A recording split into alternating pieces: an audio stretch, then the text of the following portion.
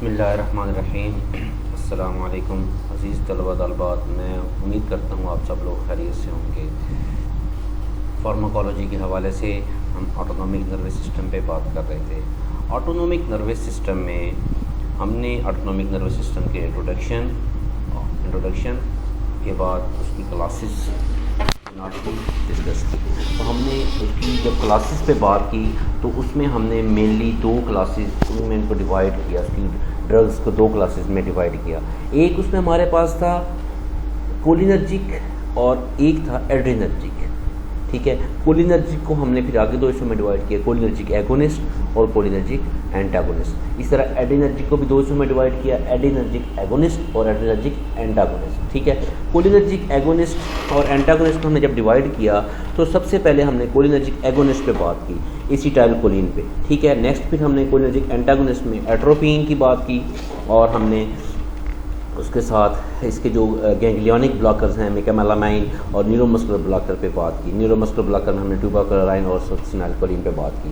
ये माजी की अटैचमेंट है। ठीक है, अभी हमारे पास कोलिनर्जिक एगोनिस्ट में दो क्लासेस, दो ड्रग्स, दो साल्ट्स, फिलोस्टिग्मिन और इकोथायोफेट पे डिस्कशन बाकी थी। तो आज हम इसके हवाले से फाइलोस्टिग्मिन पे बात करते हैं कि फाइलोस्टिग्मिन क्या चीज़ है, किस तरह उसकी एक्शनिंग हो रही है और क्या उसका स्नैरियो है, उसका इंट्रोडक्शन, उसका मैकेनिज्म ऑफ एक्शन, उसके थेराप्यूटिक यूजेस और उसका फार्माकोकाइनेटिक्स। ठीक है, तो सबसे पहले फाइलोस्टिग्मिन का introduction. Physostigmine is a natural alkaloid. देखिए, कुछ चीज़ें सिंथेटिक होती हैं, कुछ नेचुरल होती हैं। ठीक है, तो एक चीज़ आपको क्लियर होनी चाहिए कि फाइलोस्टिग्मिन क्या है, वो नेचुरल अल्कलॉइड है, सिंथेटिकल नहीं है, लैब में प्रिपेयर्ड नहीं है। ठीक है, कुदरती प्रोडक्ट है। ठीक है, it can cross blood brain barrier, it can cross blood brain barrier. तो जब हम बात कर रहे थे, देखें इसको हमने अटैच करके चलना है इसके साथ, अपने प्रीवियस पोर्शंस के साथ। तो जब हम एसिटाइलकोलिन पे बात कर रहे हैं, ठीक है, हमने जब अपने एट्रोपिन पे बात की है, तो हम इन छोटे छोटे स्टेप्स को हम उनके साथ लेके चलेंगे कि कौन सा किसके बारे में हमने बात, कौन ब्लड ब्रेन बैरियर क्रॉस कर सकता है, कौन ब्लड ब्रेन बैरियर क्रॉस नहीं कर सकता, किसकी वर्थ क्या है। ठीक है, it stimulate central nervous system. आपका जो सेंट्रल नर्वस सिस्टम है उसको आपकी फाइलोस्टिग्मिन स्टिमुलेट कर सकती है। फाइलोस्टिग्मिन क्या कर सकती है, उसको स्टिमुलेट कर सकती है। ठीक है, इस तरह हमने बात की, it observe from GIT, it had wide range of effects, काफ़ी सारे इफेक्ट्स हैं इसके।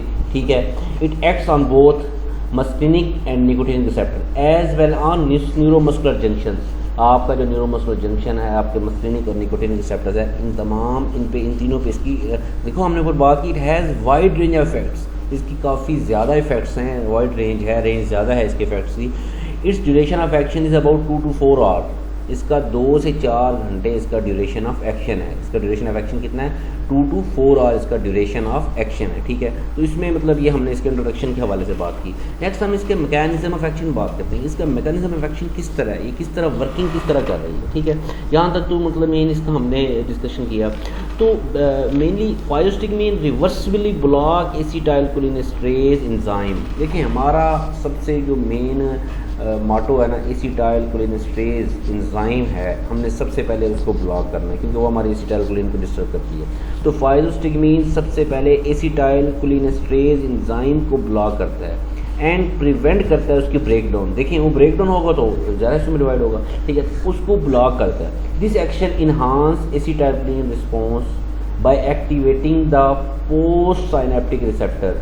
कि जो फाइलोस्टिग्मिन का ये इफ़ेक्ट है एसिटाइलकोलिनेस्ट्रेज एंजाइम को ब्लॉक करने का और उसकी ब्रेकडाउन को प्रिवेंट करने का, ये एक्शन जो है बढ़ाता है एसिटाइलकोलिन के रिस्पॉन्स को। किसके ज़रिए, बाय एक्टिवेट करते हुए पोस्ट साइनेप्टिक रिसेप्टर। हमने आपको याद होगा प्री साइनेप्टिक और पोस्ट साइनेप्टिक रिसेप्टर की बात की थी। तो उसमें जो पोस्ट साइनेप्टिक रिसेप्टर का जो रिस्पॉन्स है, पोस्ट साइनेप्टिक रिस्पॉन्स के एसिटाइलकोलिन के रिस्पॉन्स को बढ़ाया जाता है। किसकी वजह से, फाइलोस्टिग्मिन का जो इफेक्ट है वो एसिटाइलकोलिन को ब्लॉक कर देती है और उसकी ब्रेकडाउन को भी रोक देती है, प्रिवेंट करती है। इस तरह इसके थेराप्यूटिक यूजेस पे जब हम बात करते हैं तो therapeutically this drug increase intestinal and bladder motility. आपके इंटेस्टाइन और आपके जो ब्लैडर है उसकी मोटिलिटी को इंक्रीज़ करती है। It is use for treatment of glaucoma. कल हमने ग्लाकोमा की बात की थी। ग्लाकोमा क्या चीज़ है? जो आपकी नर्व्स हैं, आपके ऑप्टिकल नर्व्स हैं वो डिस्टर्ब हो जाती हैं, जिससे आपकी गुड विजन डिस्टर्ब हो जाती है, ठीक है। तो आपका ग्लाकोमा उसमें आपके लिए हेल्पफुल साबित होता है। It produce meiosis and spasm. जो म्यूसिस है और जो स्पाज्म है आपका, उसको ये प्रोड्यूस कर देती है, ठीक है, बढ़ा देती है, ठीक है। तो इसमें हमने जब इसके उसमें बात करते हैं उसके एक्शन के हवाले से, तो फाइब्रोस्टिग्मीन जैसे हमने अभी बात की कि इसका बड़ा वसी इसमें मस्कुलिनिक और निकोटिनिक रिसेप्टर्स के हवाले से इसका इफेक्ट है, ठीक है। तो अभी एडवर्स इफेक्ट में जब बात करते हैं, एडवर्स इफेक्ट्स ऑफ फाइब्रोस्टिग्मीन में जब ये हाई डोज पे दी जाती है, देखिए एक नॉर्मल डोज है, नॉर्मल डोज पे सम टाइम इफेक्ट्स शो नहीं होते, हार्मफुल इफेक्ट्स शो नहीं होते, ठीक है। तो जब एट हाई डोज पे दी जा रही है, ज़्यादा दी जा रही है, तो कार्डियक फेलियर काज करवा सकती है। आपका फाइब्रोस्टिग्मीन क्या करवा सकती है? कार्डियक फेलियर खुदा न खास्ता हो सकता है अगर अपनी मिकदार से ज़्यादा डोज में दी जा रही है।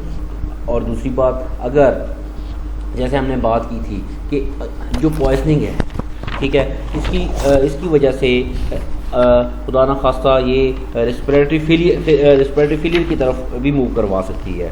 जो इसकी पॉइजनिंग है आपकी फाइब्रोस्टिग्मीन की, अगर ये पॉइजन हो रहा है तो ये आपकी जो आपका रेस्पिरेटरी सिस्टम है, जो आपका ब्रीथिंग सिस्टम है, ये उसको भी डिस्टर्ब करती है, ठीक है। आपको अंदाज़ा है पॉइजनिंग से क्या मुराद है? पॉइजन क्या है? वो सब्सटेंस जो act on living body chemically और physically and in toxic dose cause disturbance of function, क्या आपके फंक्शन में डिस्टर्बेंस काज करे, इलनेस काज करे, इवन डेथ की तरफ ले जाए। तो उसकी सूरत में सबसे पहले जो इसका इफेक्ट आएगा रेस्पिरेटरी ब्रीथिंग फेलियर आ रहा है उसमें, ठीक है। नेक्स्ट हमारे पास इसी ही एगोनिस्ट के हवाले से अगला केमिकल है जिसमें इकोथायोफेट है, इनडायरेक्ट एक्टिंग।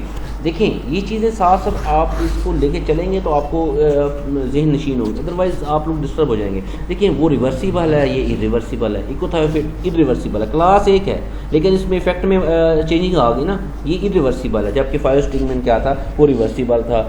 अब देखें ये दोनों इकोथायोफेट और फाइब्रोस्टिग्मीन इनडायरेक्ट एक्टिंग है, जबकि एसिटाइलकोलिन इसी क्लास की ड्रग है, वो डायरेक्ट एक्टिंग है, ठीक है। तो ये चीज़ें आपने माजी के साथ प्रीवियस ड्रग्स के साथ आप लोगों ने अटैच करके इनकी प्रिपरेशन आपकी होगी। आप देखें अगर आप एक लेक्चर को पकड़ के बैठ जाएं या एक पेज को पकड़ के बैठ जाएं तो आप इस किस्म के अंडरस्टैंड लेने शुरू करेंगे। मैं आज, लेकिन जब तक आप पिछले वाले पूरे टॉपिक्स को साथ अटैच नहीं करेंगे, आप अंडरस्टैंडिंग नहीं लेंगे, तो ये आपकी किसी काम की नहीं है चीज़ें, ये प्रैक्टिस किसी काम की नहीं है। तो कोशिश करें, मेरी एडवाइस आप लोगों को, कि जो भी क्लास पकड़ें, जो भी चैप्टर पकड़ें, क्योंकि आपकी ये रिवीजन चल रही है, आप चीज़ों को साथ साथ लेके चलें ताकि आपके लिए ये हेल्पफुल रहे, ठीक है ना।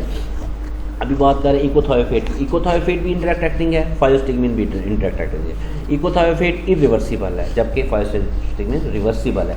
इकोथायोफेट it is a synthetic compound. देखिए अभी फिर डिफरेंस आ गया। फाइब्रोस्टिग्मीन क्या था? नेचुरल कंपाउंड था, ये सिंथेटिक कंपाउंड है। It has the capacity to bind with acetylcholinesterase mechanism. Effect उसी तरफ जा रहा है इसका भी, ये भी बाइंड कर रहा है इसका, वो भी बाइंड कर रहा था।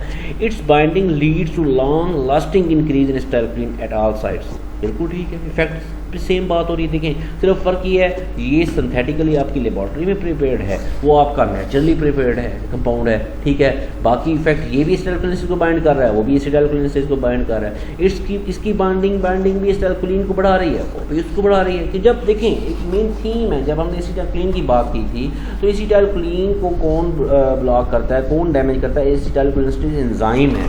एसिटाइलकोलिन एक एंजाइम है जो आपकी एसिटाइलकोलिन को इफेक्ट करता है, ठीक है, जिससे उसकी वजह से, क्योंकि वैसे भी जो आपको एसिटाइलकोलिन उसका एक्शन जो है बिल्कुल समाल है, फ्यू मिनट्स उसका एक्शन है, ठीक है। तो आपका ये दोनों देखने क्लास है, तो ये दोनों इकोथायोफेट भी फाइब्रोस्टिग्मीन भी एसिटाइलकोलिन तीनों जो कोलिनर्जिक एगोनिस्ट है, ये as a muscarinic as well as nicotinic receptor act कर रहे हैं, ठीक है। इनमें ये दोनों आपके एक्शन शो हो रहे हैं, ठीक है। तो इसमें इसका मैकेनिज्म ऑफ एक्शन में जब हम बात करते हैं, echothiophate permanently inactivate acetylcholinesterase by binding with this. Echothiophate जब, क्योंकि देखें सबसे पहले इसकी अंडरस्टैंडिंग है, इकोथायोफेट क्या है? ये एक ऑर्गेनोफॉस्फेट है, ऑर्गन प्लस फॉस्फेट का मजमू है। ये कोवलेंटली बॉन्ड, देखिए मैं केमिस्ट्री में नहीं जाना चाह रहा, लेकिन थोड़ा सा आपको इन चीज़ों का पता होना चाहिए कि किस तरह की एटलीस्ट और कुछ भी नो उसकी अंडरस्टैंडिंग में आपको ये तो पता हो कि कोवलेंट बॉन्ड के थ्रू ये बाइंड है। क्वेश्चन भी तो पूछा जा सकता है कि किस बॉन्ड के थ्रू इनकी अटैचमेंट हो रही है, तो कोवलेंटली जो बाइंडिंग है इनकी आपस में हो रही है। तो echothiophate is a organic phosphate that covalently bind with the acetylcholinesterase. Acetylcholinesterase के साथ ये कोवलेंटली बाइंड हो जाता है, जिसके बाद ये एंजाइम परमानेंटली इनएक्टिवेट हो। कौन सा एंजाइम? एसिटाइलकोलिनेस्टेज, जो इसकी बहाली है, रिस्टोरेशन है इसके लिए दोबारा सेंसिस करनी पड़ती है नए एंजाइम मालिक्यूल की। देखें इकोथायोफेट ऐसा मालिक्यूल है, ऐसा एंजाइम है जो आपके एसिटाइलकोलिनेस्टेज को इनएक्टिव कर देता है। अगर इसकी इनएक्टिवेशन इकोथायोफेट से हो रही है तो उसके बाद उसको दोबारा उसकी जो बहाली है उसके लिए उसको न्यू एंजाइम मालिक्यूल की प्रोडक्शन की नीड है, अदरवाइज उसकी नॉर्मली अवेलेबिलिटी नहीं हो सकती। ठीक है, इसमें इसके एक्शन पे बात करते हैं जब इकोथायोफेट के एक्शन पे, तो इकोथायोफेट जैसे एसिटाइलकोलिन वही क्लास है, फाइजोस्टिग्मीन इस तरह से both as muscarinic as well as nicotinic. तो इसमें कुछ हमने नीचे एक्शंस लिखे हुए हैं आपकी बॉडी में जो आ रहे हैं, मस्क्रीनिक एक्शन में कौन सा आपका एक्शन आ रहा है और मस्क्रीनिक में कौन सा इसका एक्शन आपके पास आ रहा है। तो इसमें मस्क्रीनिक एक्शन में इसको miosis, salivation, sweating, bradycardia, vasodilation and low blood pressure, BP stand for blood pressure, is due to muscarinic effect. जो आपका ब्लड प्रेशर कम हो रहा है, आपकी वेजल्स डायलेट कर रही हैं, आपका हार्ट बीट कम हो रहा है जिसको ब्रेडिकार्डिया, अगर बड़ा हो हार्ट उसको ट्रैकिकार्डिया कहते हैं, स्वेटिंग आपको पसीना आ रहा है, स्लाइवा रिलीज हो रहा है, स्लाइवा आपका रिलीज हो रहा है, तो ये सारे जो हैं ये मस्क्रीनिक इफेक्ट हैं। तो किस चीज़ का मस्क्रीनिक इफेक्ट है? या ये आपका जो इकोथायोफेट है उसका जो मस्क्रीनिक इफेक्ट है उसकी वजह से ये सारे हो रहे हैं। जबकि इसकी मसल ट्विचिंग, ठीक है, आपकी रेस्टलेसनेस, कन्फ्यूजन अगर हो रही है आपकी बॉडी में तो ये इसके निकोटिनिक इफेक्ट की वजह से, इसके जो निकोटिनिक इफेक्ट है उसकी वजह से इस किस्म का सिनेरियो क्रिएट हो रहा है। थेराप्यूटिक यूजेस की जब हम बात करते हैं तो आपका echothiophate act as an ophthalmic solution. Ophthalmic solution जब इसका है तो ये आपका ट्रीटमेंट, ग्लाकोमा का जो ट्रीटमेंट है उसमें यूज़ होता है। देखिए दो किस्म का ग्लाकोमा है, open angle glaucoma, close angle. ये आपका जो इकोथायोफेट है मेनली ओपन एंगल ग्लाकोमा को ट्रीट करने के लिए यूज़ हो रहा है। ठीक है, तो इस यहाँ तक हमारी कोलिनर्जिक की क्लासेस, कोलिनर्जिक क्लास की एगोनिस्ट और एंटागोनिस्ट दोनों कंप्लीट हो गई हैं। देखिए हमने कोलिनर्जिक जब वेरी फर्स्ट लेक्चर में हमने जब बात की थी कि कोलिनर्जिक ड्रग्स और एडिनर्जिक ड्रग्स, तो कोलिनर्जिक ड्रग्स में हमने दो किस्म की क्लासेस पढ़ी थी, कोलिनर्जिक एगोनिस्ट और कोलिनर्जिक एंटागोनिस्ट। कोलिनर्जिक एगोनिस्ट में हमने एसिटाइलकोलिन की पहले बात कर ली थी, उसके बाद हमारे पास इनडायरेक्ट एक्टिंग में फाइजोस्टिग्मीन और इकोथायोफेट है जिनकी हमने आज डिस्कशन की है। प्रीवियस लेक्चर में हमने कोलिनर्जिक एंटागोनिस्ट जिसको पैरासिम्पैथेटोलाइटिक भी कहते हैं, उसकी एंटी मस्क्रीनिक एजेंट्स जिसमें एट्रोपिन, गैंग्लियनिक ब्लॉकर जिसमें मेगामालामाइन और न्यूरोमस्कुलर ब्लॉकर जिसमें सक्सिनाइलकोलिन और ट्यूबोकोलोराइन हमने डिस्कस किया था।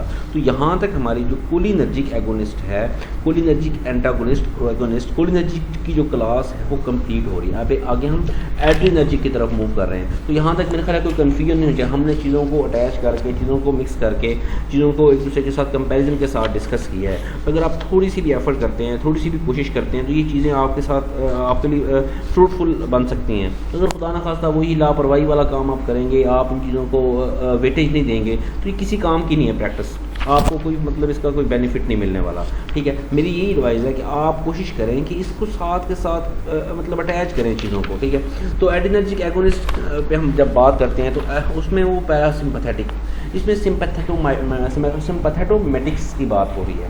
तो एडिनर्जिक ड्रग्स इसको अफेक्ट करती हैं receptors that are stimulated by norepinephrine और एपिनेफ्रिन। देखें जब हमने एडिनर्जिक क्लास की बात की है तो उसकी जब मेन ड्रग्स की बात की है तो direct acting epinephrine, indirect acting amphetamine, और दोनों जिसमें डायरेक्ट और इनडायरेक्ट एक्टिंग एफिड्रीन की बात हो रही थी। और जब अगर एंटागोनिस्ट की बात उसमें अल्फा ब्लॉकर, बीटा ब्लॉकर की बात हुई, ट्रेज़रपाइन वगैरह की बात हुई। तो एडिनर्जिक ड्रग्स का जो डायरेक्ट एक्शन है या मिक्स आ रहा है receptor that are stimulated by norepinephrine और एपिनेफ्रिन की क्लासेस है ना, ये ड्रग्स की केमिकल्स हैं। Some drugs act directly on adrenergic receptors जिसको एड्रीनो रिसेप्टर्स कहते हैं, सम इनडायरेक्टली, सम बोथ, जिनमें दोनों इफेक्ट आ रहे हैं। ठीक है, sympathomimetic drugs stimulate post ganglionic, pre नहीं, post ganglion sympathetic adrenergic nerves, उनको स्टिमुलेट करते हैं। एड्रेनर्जिक एगोनिस्ट में एक्ट कौन से जिसकी हम बात कर रहे हैं, एड्रेनर्जिक एंटागोनिस्ट की बाद में बात है, अभी एड्रेनर्जिक एगोनिस्ट, क्योंकि एड्रेनर्जिक जो ड्रग्स उनको भी हमने दो हिस्सों में डिवाइड किया हुआ है, एड्रेनर्जिक एगोनिस्ट और एड्रेनर्जिक एंटागोनिस्ट, सेम एज जैसे कोलिनर्जिक को डिवाइड किया था। अभी हम एड्रेनर्जिक एगोनिस्ट पे बात कर रहे हैं। एड्रेनर्जिक एगोनिस्ट की फर्स्ट क्लास जिसमें हम बात कर रहे हैं किस तरह इसको स्टिमुलेट कर रहा है, sympathetic drugs, sympathetomimetic drugs stimulate post-ganglionic sympathetic adrenergic nerves. Adrenergic agonist may act directly on adrenergic receptor or indirectly through release of norepinephrine or may have mixed action. कि रिलीज़ ऑफ नॉरएपिनेफ्रिन के through जब उसको release करके इसका effect किया जाता है तो हो सकता है ये इसका जो इफेक्ट डायरेक्टली हो सकता है इनडायरेक्टली, किसके ऊपर, एड्रेनल रिसेप्टर जो आपका एड्रेनर्जिक ड्रग का रिसेप्टर है। ठीक है, तो अगर हम इसमें इंशाल्लाह हम इसको देखेंगे एपिनेफ्रिन, नॉरएपिनेफ्रिन, एम्फेटामिन किस तरह आपके इसमें इफेक्ट कर रही हैं आपकी बॉडी को, इसमें इनका मेनली इफेक्ट क्या है। तो जिसमें अब अभी हम अगर एपिनेफ्रिन की बात करते हैं, एपिनेफ्रिन डायरेक्ट एक्टिंग एगोनिस्ट है, उसका डायरेक्ट एक्शन है, ठीक है, इन चीज़ों, और इसका पोस्ट सिंपैथेटिक नर्व एंडिंग पे जा रहा है, ठीक है, और ये इंटरएक्ट करता है किसके साथ, रिसेप्टर साइट के साथ, कौन सी, सेल मेम्ब्रेन पे आपका। अभी हम बात कर रहे थे ना एपिनेफ्रिन और तो एपिनेफ्रिन जब हम बात करते हैं तो इसकी डायरेक्ट एक्टिंग है, ठीक है, और ये जो सेल मेम्ब्रेन की साइड है उसको ये इफेक्ट करता है, और ये ड्रग इफेक्ट करती है इवन जब सिंपैथेटिक नर्व्स कट हो जाती हैं और इनहिबिट किए जा सकती हैं ड्रग से, किसी ड्रग से, तो इनका इफेक्ट शो होता है। कौन सी ड्रग का, एपिनेफ्रिन का। एपिनेफ्रिन इफेक्टिव होती है उस वक्त जब सिंपैथेटिक नर्व्स जो हैं आपकी बॉडी की वो कट हो जाती हैं, उनको कट कर दिया जाता है, ठीक है, और इनहिबिट करके किसी और ड्रग है, तो आपकी कौन सी ड्रग एक्टिवेट होती है, एपिनेफ्रिन डायरेक्टली एज एगोनिस्ट, ठीक है, जिसमें एड्रेनल एपिनेफ्रिन है, ये प्रोड्यूस करती है adrenal medulla in body and release करती है along with small amount of norepinephrine into blood stream. आपकी जो एपिनेफ्रिन है ये क्या प्रोड्यूस करती है, एड्रेनल मेडुला, ठीक है, और रिलीज कर रही है स्मॉल अमाउंट में नॉरएपिनेफ्रिन। नॉरएपिनेफ्रिन इसमें रिलीज होगी जो आपकी ब्लड स्ट्रीम में, और एपिनेफ्रिन इंटरेक्ट करती है किसके साथ, alpha and beta blocker receptor के साथ, जब इसको हम एंटागोनिस्ट में जाके पढ़ेंगे। जो लो डोज पे attack on beta receptor vasodilation cause करती है, हाई डोज पे ये क्या करती है, alpha receptor vasoconstriction cause करती है, ठीक है। तो इसमें मतलब यहाँ तक हमने एड्रेनर्जिक रिसेप्टर उसकी फर्स्ट एपिनेफ्रिन के बारे में इसको बात की है कि एपिनेफ्रिन किस तरह आपकी बॉडी में इफेक्ट कर रही है एड्रेनर्जिक रिसेप्टर के प्लेटफॉर्म से। तो हमने जस्ट इसमें एपिनेफ्रिन का ये बताया गया है कि इसमें एड्रेनल मेडुला ये रिलीज़ कर रही है आपकी बॉडी में और इसके with the norepinephrine blood stream के दरमियान, ठीक है। तो इसका फार्माकोलॉजिकल एक्शन में कार्डियोवैस्कुलर सिस्टम पे, रेस्पिरेटरी ट्रैक्ट पे, ब्लड वेसल्स, जीआईटी, इस पे इसका इफेक्ट है एपिनेफ्रिन का, ठीक है। तो एपिनेफ्रिन जो आपकी है वो आपका स्टिमुलेट करती है, कार्डिक स्टिमुलेंट है आपका बीटा-1 रिसेप्टर, और ये मायोकार्डियल कॉन्ट्रैक्शन इंक्रीज कर, जिसकी वजह से हार्ट रेट आपकी इंक्रीज हो जाती है, किसकी वजह से, आपकी एपिनेफ्रिन की वजह से। जब इसकी रेस्पिरेटरी ट्रैक्ट पे बात करते हैं तो एपिनेफ्रिन काज करती है ब्रोंकोडायलेशन, एक्टिंग डायरेक्टली ऑन द आपकी ब्रोंको स्मूथ मसल्स पे, जो आपकी बीटा-2 रिसेप्टर्स हैं उन पे एक्ट करके ब्रोंकोडायलेशन करवा रही है, ठीक है, वहाँ कार्डिक स्टिमुलेंट इंक्रीज कर रही है, ठीक है। जब ब्लड वेसल पे जब आप बात करते हैं तो epinephrine vasodilation in skeletal muscles, ठीक है, वेसोडाइलेशन, ब्रोंकोडाइलेशन और आपकी हार्ट को बढ़ा रही, कौन सी, एपिनेफ्रिन। और जीआईटी के हवाले से हम बात करते हैं तो ये smooth muscles of GIT generally relax करती हैं बाय एपिनेफ्रिन से, क्या करते हैं, इनकी रिलैक्सेशन हो रही है स्मूथ मसल्स की, ठीक है। तो इसमें अगर हम इसकी एडवर्स इफेक्ट में बात करते हैं तो ये सेंट्रल आपका जो सेंट्रल नर्वस सिस्टम है इसको डिस्टर्ब करता है, बाकी आपका ये हेमरेज वगैरह काज करता है, और कार्डिक रिथमियाज, पल्मोनरी एडिमा आपकी इसकी वजह से काज होता है। तो यहाँ तक हमने एड्रेनर्जिक ड्रग्स की फर्स्ट हमने एपिनेफ्रिन को डिस्कस की। इंशाल्लाह नेक्स्ट टाइम हम एम्फेटामाइन और इसको बाकी एड्रेनर्जिक एंटागोनिस्ट की जो बात है अल्फा ब्लॉकर और बीटा ब्लॉकर की, इसमें हम इंशाल्लाह एक आधे लेक्चर में इसको कंप्लीट कर लेंगे। तो हमारा इस तरह ये फोर्थ जो चैप्टर है ये कंप्लीट हो जाएगा। तो इसमें अभी तक हमने जो इसमें डिस्कशन की, इसमें हम मेनली ऑटोनोमिक नर्वस सिस्टम क्या चीज़ है, neuron, motor neurons, sensory neurons, ठीक है, उसके बाद सिंपैथेटिक, पैरासिम्पैथेटिक, और उसके बाद इनके एक्शन आपकी आइज़ पे, आपके हार्ट रेट पे इनका क्या इफेक्ट है, उसके बाद इनकी क्लासेस कोलिनर्जिक एंटागोनिस्ट, कोलिनर्जिक और एड्रेनर्जिक एगोनिस्ट, कोलिनर्जिक एंटागोनिस्ट और एड्रेनर्जिक एंटागोनिस्ट, कोलिनर्जिक एगोनिस्ट और एड्रेनर्जिक एगोनिस्ट, उनकी क्लासेस के इफेक्ट आपकी बॉडी पे किस तरह इफेक्ट कर रहे हैं, आपके सेंट्रल नर्वस सिस्टम को, आपके रेस्पिरेटरी सिस्टम को, आपके जीआईटी सिस्टम को किस तरह ये इफेक्ट करते हैं और उसमें उनकी किस तरह वर्किंग हो रही है। तो इसमें मतलब कोई कंफ्यूजन वाली चीज़ नहीं है, ठीक है। तो यहाँ तक इसकी हमारी डिस्कशन है। एड्रेनर्जिक एगोनिस्ट आज हमने स्टार्ट किया था। एड्रेनर्जिक एगोनिस्ट में हमने उनका मेनली उनका इंट्रोडक्शन और उनकी क्लास एपिनेफ्रिन के बारे में बात की है। एड्रेनर्जिक एगोनिस्ट जो उसको आपके नॉर एपिनेफ्रिन और एपिनेफ्रिन को स्टिमुलेट कर रहा है, ठीक है, जिसकी वजह से आपका जो एड्रेनर्जिक रिसेप्टर है, एड्रेनो रिसेप्टर एक्टिवेट हो जाता है और जो आपकी सिंपैथेटोमिमेटिक ड्रग्स हैं ये आपकी post ganglionic sympathetic energic nerves पे इफेक्ट करती हैं। इनके पोस्ट गैंग्लियनिक सिंपैथेटिक नर्व्स पे इफेक्ट एडर्नर्जिक एगोनिस्ट डायरेक्टली और एडर्नर्जिक रिसेप्टर और indirectly through release of norepinephrine. तो ये जैसे हमने इसमें इसको क्लासीफाइड ऑलरेडी किया है, तो इसमें डायरेक्टली और इनडायरेक्टली इनके इफेक्ट्स को शो किया जा सकता है। तो इसमें मेरा नहीं ख्याल कि कोई कन्फ्यूजन वाली चीज़ है। बाकी मज़ीद इसको आप तवज्जो से सुने। अगर कहीं आप में कोई कन्फ्यूजन आ रही है, कहीं आपको किसी चीज़ की समझ नहीं आ रही, तो बार बार मैं हर लेक्चर में आपको एडवाइस कर रहा हूँ, इन चीज़ों को आप पॉइंट आउट करें, आप चीज़ों को नोट डाउन करें, ताकि आपके लिए ये जो आपका टाइम है ये आपके लिए हेल्पफुल साबित हो और आपके फ़ायदा वाला टाइम बन जाए, ताकि आप एग्ज़ाम में इस टाइम का भी आपको बेनिफिट पहुंचा हो, ठीक है। बाकी देखें, लेक्चर अपलोड कर देना, आप लेक्चर आप लोग नहीं सुनेंगे तो नुकसान अल्टीमेटली आप लोगों का। तो कोशिश करें कि इस टाइम को आप अपने लिए फ़ायदेमंद साबित हो, ठीक है। अगर इतनी मेहनत करके आप लोगों से लेक्चर डिस्कस किया जाता है, लेक्चर तैयार इसकी स्लाइड्स बनाई जाती हैं, तो आप लोगों की तरफ से रिस्पॉन्स आना चाहिए। जो मैं नोट कर रहा हूँ कि आप लोगों की तरफ से रिस्पॉन्स बहुत कम है, ना होने के बराबर है। तो कोशिश करें कि आप लोग हमारी इस अदना सी कोशिश को आप लोग वेटेज दें और आप लोग रिस्पॉन्स करें, आप लोग इसको सुनें, आप लोग क्वेश्चन करें, आप लोग अंडरस्टैंडिंग दें, ठीक है। Good luck.